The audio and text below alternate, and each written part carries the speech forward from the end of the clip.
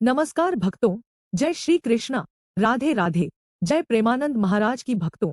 सावन का पावन महीना अब बस आने ही वाला है। यह महीना शिव भक्तों के लिए अत्यंत शुभ और पवित्र माना जाता है। इसका इंतजार पूरे साल भक्तगण करते हैं, क्योंकि यही वो समय होता है जब भोलेनाथ अत्यंत शीघ्र प्रसन्न होते हैं। सावन के इस महीने में भले ही आप व्रत, पूजा और अन्य विधि विधान न कर सकें, लेकिन एक छोटा सा गुप्त उपाय जरूर कर लें।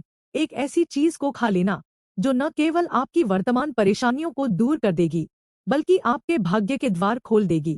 कोई जाने या न जाने, लेकिन आप चुपचाप इस उपाय को कर लें। आपके जीवन की अड़चनें, आर्थिक तंगी, व्यापार में रुकावट या परिवार में अशांति सब कुछ समाप्त हो जाएगा। यह उपाय इतना सरल है कि न तो आपको किसी मंदिर जाना पड़ेगा, न ही किसी पुरोहित को बुलाना पड़ेगा। बस सच्चे मन से सावन में किसी भी दिन यह विशेष फल या प्रसाद ग्रहण कर लें और देखिए आपके भाग्य की कैसी लहरें उठती हैं। आपके घर में लक्ष्मी माता का वास होगा और महादेव की कृपा से 7 पीढ़ियां तर जाएंगी। गुरुजी ने हाल ही में अपनी कथा में बताया है कि इस बार का सावन 144 वर्षों बाद एक दुर्लभ संयोग लेकर आ रहा है, इसलिए इसका हर दिन विशेष और अत्यंत फलदायी माना जा रहा है। जो भी भक्त सच्चे हृदय से सिर्फ एक छोटा सा नियम निभा ले, वह जीवन भर किसी चीज की कमी नहीं देखेगा। भक्तों, एक बात हमेशा याद रखें, हम आपको कोई टोना टोटका नहीं बता रहे, बल्कि शास्त्रों और पुराणों में वर्णित ऐसे उपाय बता रहे हैं जो हमारी परंपराओं से जुड़े हुए हैं। हमारा काम सिर्फ मार्गदर्शन देना है। अब आप इसे अपनाएं या ना अपनाएं, यह आपके ऊपर है। लेकिन एक बार विश्वास के साथ आजमा कर देखिए, चमत्कार आपको स्वयं अनुभव होगा। सावन सोमवार के दिन विशेष फल जैसे अंगूर, केला, आम, नारियल आदि का प्रसाद अर्पित करना और उसे खुद भी खाना अत्यंत पुण्यदायक माना गया है। खास तौर पर अंगूर और जामुन को माता पार्वती का प्रतीक माना गया है। यह फल जीवन में समृद्धि और शांति का मार्ग प्रशस्त करते हैं। अगर यह फल न उपलब्ध हो तो मिश्री और किशमिश का भोग भी भोलेनाथ को अत्यंत प्रिय है। सावन में आपको क्या खाना चाहिए यह तो हमने बताया, अब यह भी जान लीजिए कि क्या नहीं खाना है। इस पवित्र महीने में प्याज, लहसुन, बैंगन और चावल जैसे खाद्य पदार्थों का त्याग करना चाहिए।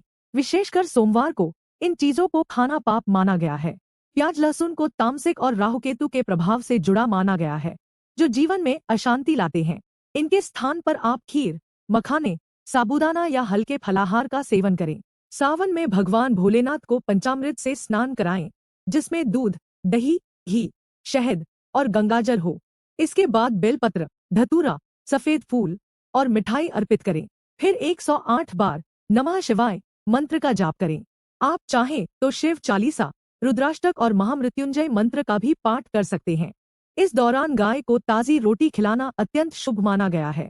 अगर आप गाय को हल्दी लगी हुई रोटी खिलाते हैं तो आपके रुके हुए काम बनने लगते हैं और घर में सुख समृद्धि आती है। वहीं गाय को बासी या सड़ागला खाना देना वर्जित है, इससे उल्टा प्रभाव पड़ता है। सावन में भूलकर भी किसी को झाड़ू, नमक, तुलसी का पौधा या सुहा की सामग्री दान न करें। स्त्री का अपमान न करें, किसी को बुरा न कहें। यदि कोई भिक्षु, कन्या या कोई दरवाजे पर कुछ मांगने आए तो उसे खाली हाथ न जाने दें। वह भोलेनाथ और माता पार्वती का रूप भी हो सकते हैं। सावन के प्रत्येक सोमवार को ब्रह्मा मुहूर्त में उठकर स्नान करें, सफेद वस्त्र पहनें, शिवलिंग पर जल चढ़ाएं और कम से कम एक समय फलाहार करें। चाहे तो संपूर्ण उपवास भी रख सकते हैं। और हाँ, इस दौरान कर्ज न लें, न ही किसी को दें। यह मास कर्जमुक्त जीवन की शुरुआत के लिए सबसे उत्तम होता है। अगर किसी कारणवश आपको दान देना ही है तो चुपचाप किसी गरीब को वस्त्र, फल या दूध दान करें।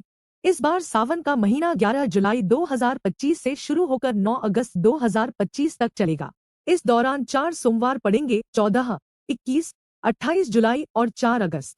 ये सभी दिन अत्यंत शुभ रहेंगे। पहले सोमवार के दिन ब्रह्मा मुहूर्त से लेकर अभिजीत मुहूर्त तक पूजा करें। राहुकाल से बचें। इस पूरी अवधि में केवल एक नियम याद रखिए, श्रद्धा, आस्था और सच्चे मन से की गई भक्ति का फल निश्चित रूप से मिलता है। भोलेनाथ अपने भक्तों पर शीघ्र प्रसन्न हो जाते हैं। उन्हें केवल सच्ची भावना की आवश्यकता होती है।